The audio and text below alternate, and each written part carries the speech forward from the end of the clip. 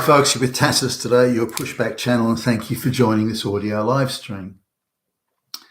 In this essay, I'd like to talk about a run of adverts that's appeared in Australia, and these adverts or variations of them appear periodically, which try to depict women as eternal victims and men as eternal oppressors. So you have to show respect for women. And one of the things they've tried to do recently is turn men against each other, so that you have the virtuous men who are morally shaming and physically intervening to stop the evil. It's always white men, by the way, who are bad, and only white men, from doing bad things to women. So his one advert is a situation, I think it looks like a public transport or something like that, where there's a bunch of looking, reasonably middle-class sort of white men, or younger men, and they're for some reason they're pretty big guys, but for some reason they've decided to pick on this tiny little diminutive white girl and harass her and throw things at her and so on. I've actually never seen this in real life for her. I don't doubt that I'm sure you could find an example somewhere, but it's depicted as being an everyday event that happens everywhere all the time, and perhaps even non-stop is the thing. Now it's done in caricature, men that big picking on the tiny woman, this sort of thing. So it's unlikely to be that clear cut, I would suspect. The likelihood that it would be white boys doing it that would be unlikely. It's far more likely the black and brown people would be doing, black and brown men would be doing it, but that would be racist, so they can't do that. So there are two strands. It's white men doing it to white women. That's sort of the permanent fixture, and it's only white men. Then you have another white man who jumps in to shame them. Just leave her alone, you naughty bullies! And and suddenly they realise the error of their ways. They're just morally shamed, and they hang their heads in sullen shame for the evil fucking Nazis that they are. Nazis, Hitler! So now the good guy who comes in, he's depicted actually in two ways, depending on the advert. On one side, he's the big hairy chested dude who's working out in the gym, and he's sort of the hot physical bodybuilder hero He-Man dude that the little tiny girl he dreams of being fucked by or something like that. I don't know, but and then on the other side you get the white guy is depicted as this sort of lower working class slob, badly dressed. He doesn't have his hair cut. He's got his, the crack of his ass is showing because his jeans are hanging down so far, and all this sort of stuff. And he's depicted as being absolute fucking slob, uneducated, that sort of thing. Oh, he must be a Trump voter. And then he stopped from doing his disrespecting of women, disrespecting of white women, by the way. He stopped from this disrespecting by a black guy who is immaculately turned out. This black guy does nothing but go to the gym. He wears designer label clothes. His hair is perfectly done. His nails are manicured. He is the epitome of, I don't know, what would you call it, an international supermodel, advertising men's fragrances or something like that. I mean, wow. He's a good-looking dude too, not like the white guy who's ugly as fuck. And the black guy intervenes. Hey, that's not the right behavior, you naughty fucking Nazi white boy. Don't you treat the girl up. So you get those. Now, if you couldn't get a more sort of clearer illustration of propaganda. Now, again, having done a vast amount of travel around the world, the only communities I've ever been in where treating women is that's the normal way women are treated in the communities. It's never been a white community. I saw it a bit in rural Ireland where there was this odd patter between like the schoolboys and the schoolgirls. They was school coming out, and there were some boys hanging out in like a shopping mall, and the girls were walking by. But it was very much an accepted behaviour thing. Each cat called the other. The girls were just as bad as the boys, and the insults and the sort of smarty pants barbs were exchanged equally by both parties. So I kind of saw it there, but it wasn't far from being one way. It was definitely going both ways.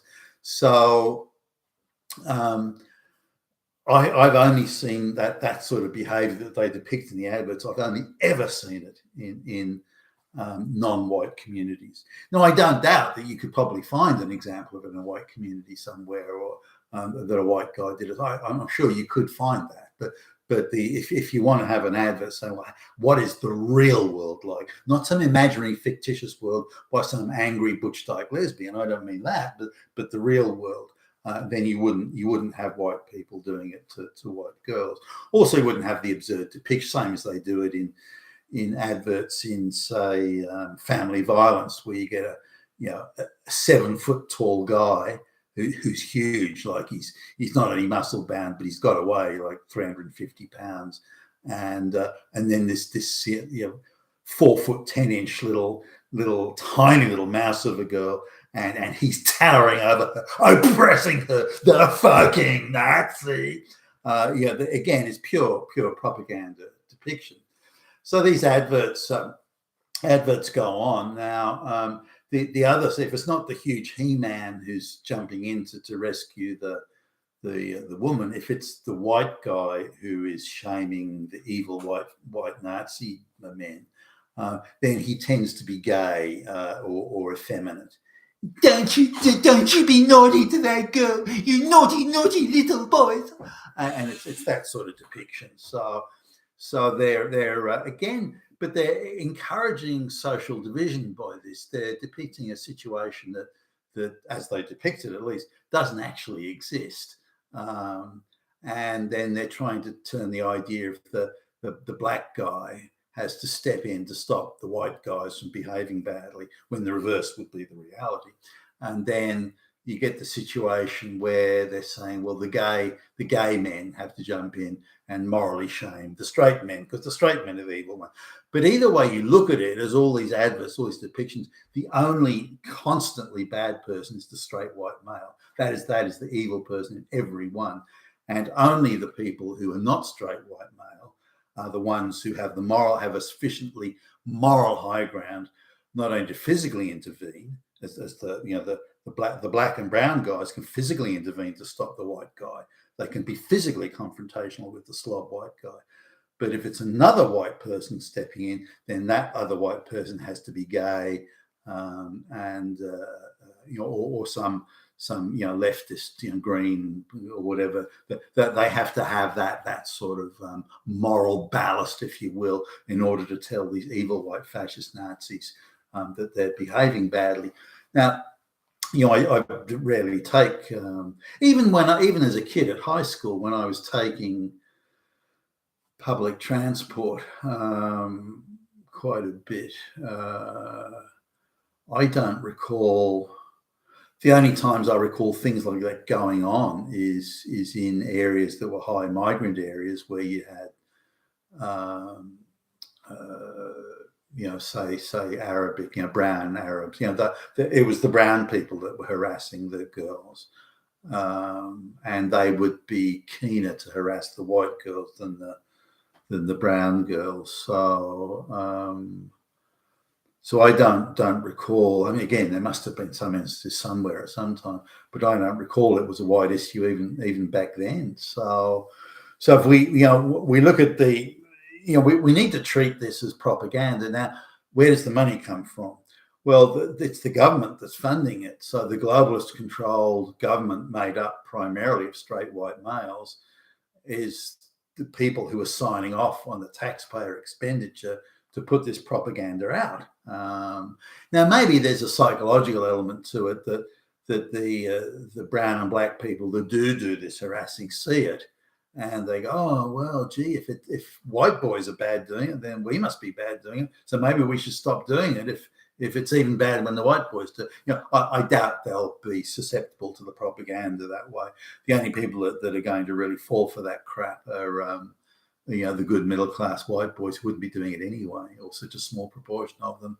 So I'm not sure that propaganda is going to work. But remember, this is all signed off on by straight white males in government that are commissioning this propaganda.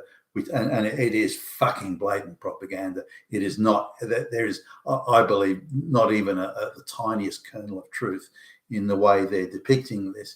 If somebody were to come to me and say, look, we've got a problem with, assuming there even is a problem like that they've got a problem with girls being harassed on, in the street or in offices or public transport or walking past building sites or so on, then you look at the makeup of the people that are involved. Again, assuming that the problem's anywhere near as big as it's claimed, then you'd find that whites would be in the absolute minority for this sort of behaviour. And you'd find too that the women who were involved wouldn't be the tiny, quiet little mousy girl that sits very quietly in the corner. That isn't going to be it's going to be the pink-haired lesbian, and it's going to be those sort of people that get caught up in this, not the little tiny little and again the women they depict are apart from being tiny and diminutive and skinny little things, very shy and retiring little shrinking violet type girls that are fully clad, sort of neck to ankle covering and terrified by the slightest little shadow going anywhere. That sort of a girl. Those aren't the sort of girls getting caught up. I don't doubt that you could find an instance, but that's not the sort of ones there. So the irritating thing for me is that there's no depiction of reality here. That it's all done in caricature. It's all invention. But again, it comes back to the only bad people are straight white males. No one else is bad. Only straight white males. And that alone has to be a giveaway that this is just a load of bullshit propaganda. You've been with Tassus today, your Pushback channel. Thank you for listening.